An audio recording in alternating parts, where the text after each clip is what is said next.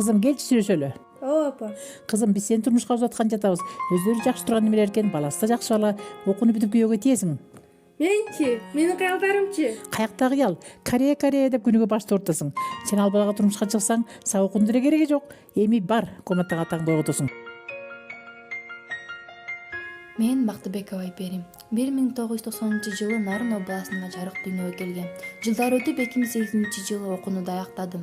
Окууну аяктап 1 ай өтпөй ата-энемдин каалоосу менен турмушка чыктым.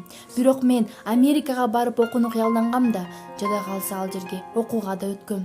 Бүткүл кыялдарымды ата-энемдин каалоосу басып өттү.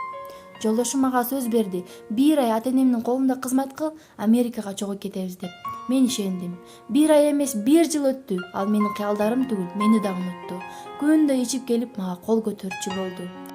Эң акыркы унутулгус күн ал кумар оюндарына машинасын уттуруп мага кол көтөргөнү болду. Ал кезде мен 5 айлык боюмда бар эле да, өз баласына карабай мага кол көтөрдү. Мен да чыдай алган жокмун. Өз укугумду коргоп, аны сотко бердим. Ошентип Америкага өз кыялдарымдын артынан учтум. Кыялымдагы университетти аяктадым. Уулум жанымда.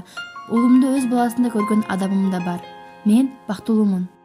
Мен эч качан кыялымдан баш тартпайм. Бул тарых мен үчүн сабак.